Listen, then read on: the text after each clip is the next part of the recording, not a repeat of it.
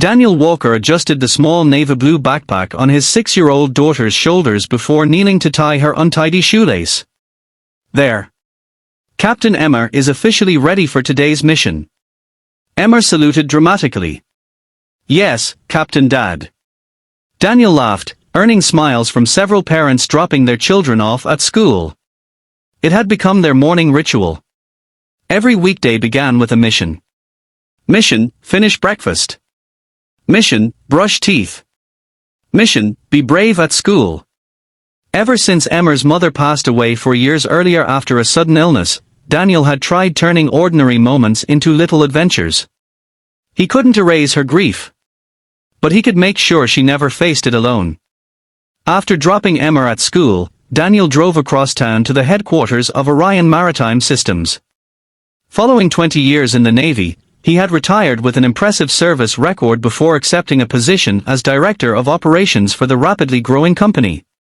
Few employees knew much about his military career. Daniel rarely spoke about it. To him, medals belonged in drawers. His daughter's drawings deserved the space on his office walls instead. By 8:30 that morning, Orion's executive floor buzzed with activity. Investors from 3 countries had arrived.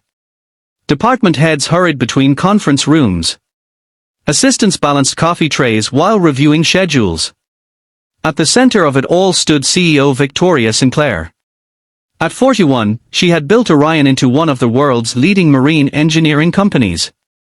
Business magazines described her as fearless. Investors admired her discipline. Competitors respected her intelligence. Yet every evening she returned to an enormous penthouse overlooking the city where silence greeted her instead of family. Sometimes success echoed louder than loneliness. That morning, Victoria noticed Daniel entering the building carrying a small pink lunchbox. "You forgot your briefcase," she joked. Daniel smiled. "My daughter accidentally packed my presentation notes with her lunch." Victoria laughed. "So what's in the lunchbox?" Daniel opened it. Inside sat a peanut butter sandwich cut into the shape of a dolphin. A handwritten note rested on top. "Don't forget to smile today, Daddy." Victoria stared at the note longer than she expected. "She writes these often. Every Monday." Daniel folded it carefully. "Says meetings go better when people smile." Victoria couldn't help smiling herself. During the morning executive meeting, Daniel quietly solved logistical problems that had delayed a multi-million-dollar shipping contract. He never raised his voice. Never sought recognition. He simply listened carefully before offering practical solutions. After the meeting ended, Victoria watched him gather his papers. "Walk with me." Daniel looked at the family photo on his phone before quietly locking the screen. It showed him sitting on the living room floor while his 6-year-old daughter, Emma, laughed with cake frosting all over her face. The picture wasn't perfect. There were toys scattered everywhere. Laundry sat unfolded on the sofa. The birthday cake leaned slightly to one side because Daniel had baked it himself. But to him, it was priceless. Victoria Sinclair smiled softly. "You know, I've been on magazine covers. I've spoken at international conferences. I've signed billion-dollar contracts." She looked toward the harbor outside the office windows.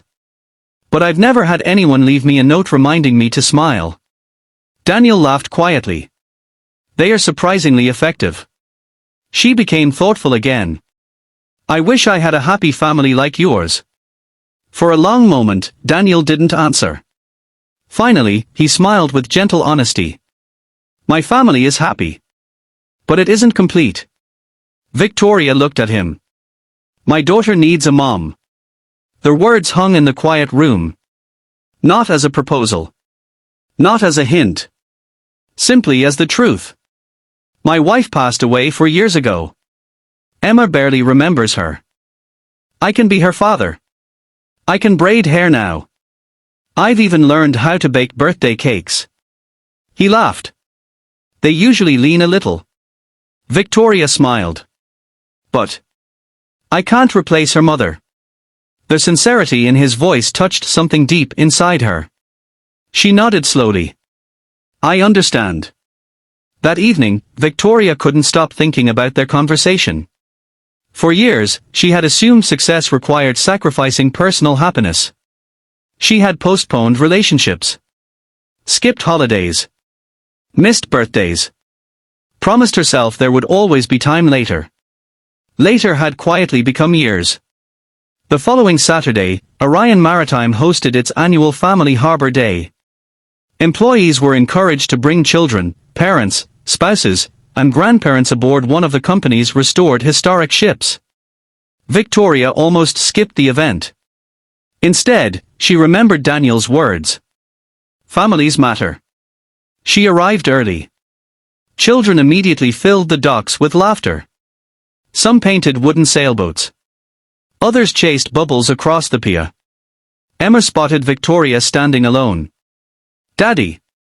That's your boss." Daniel smiled. "It is." Emma walked directly toward her. "Hi." Victoria knelt to her level. "Hello. My name's Victoria." "I know. Daddy says you're really smart." Victoria laughed. "I hope so." Emma looked around. "Who did you bring?" Victoria hesitated. "No one." Emma thought for a moment. "You can borrow us." Daniel nearly laughed aloud. Victoria looked surprised. "Borrow you?" Emma nodded seriously. "You don't have a family here. So today. You can share ours." Daniel apologized. "I'm sorry. She says exactly what she's thinking." Victoria smiled warmly. "Please don't apologize.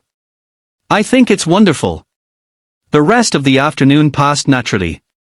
They toured the ship together. Built paper boats. Shared lunch overlooking the water. Victoria watched Daniel carefully. He never ignored Emma while speaking with executives.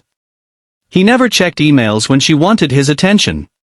Whenever she called, "Dad," his answer always came immediately.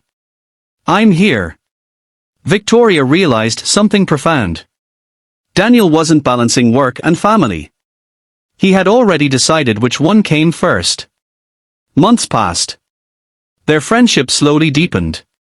Not through dramatic romance, but through ordinary moments. Coffee after meetings. Helping Emma with a school science project. Visiting a local farmer's market. Reading stories together during company volunteer events. Victoria never tried to replace Emma's mother. She simply became another trusted adult who cared. Emma noticed first. One evening she asked Daniel, "Do you know what Miss Victoria does?" "What?" "She listens." Daniel smiled. "She's very good at that." "No." Emma shook her head. "She listens like Mommy used to." Daniel quietly looked out the window. Some compliments carried enormous weight. A year later, Daniel and Victoria stood together at another company picnic. This time, employees noticed something different. The CEO no longer stood alone greeting guests. She helped Emma decorate cupcakes. She laughed during sack races. She cheered louder than anyone during the children's games. One employee whispered, "I've never seen her smile this much." Another replied, "I think she finally found what success couldn't buy." Months later, Daniel invited Victoria and Emma to dinner. After dessert, Emma disappeared into her bedroom before returning with a folded drawing. She handed it to Victoria. Inside was a picture of three people holding hands beneath a bright blue sky. Above them she had written carefully, "Families grow with love." Victoria's eyes filled with tears. Emma looked nervous. "I hope you don't mind." Victoria gently hugged her. "I don't mind at all." Several years later, Daniel and Victoria were married in a small ceremony overlooking the ocean. There were no television cameras. No business reporters. Only close friends, family, and the people who mattered most. Emma proudly carried the rings. During the reception, someone asked Victoria what had convinced one of the world's busiest CEOs to finally slow down. She smiled toward Daniel and Emma dancing together. A little girl loaned me her family. Daniel laughed. And she never asked for them back. Everyone laughed. As the sun set over the water, Emma slipped her hand into Victoria's. Can I tell you something? Always. I don't think Daddy was right. Victoria smiled. About what? He said I needed a mom. Emma squeezed her hand. I think we needed each other. Victoria hugged her tightly. She understood exactly what Emma meant. People remembered the story because a billionaire CEO once admitted she wished she had a happy family like a Navy single dad's. But the real story wasn't about wealth or success. It was about three lonely hearts discovering that family isn't measured by what life takes away. It's built, day by day, by showing up, choosing one another, and filling empty spaces with love, patience, and hope.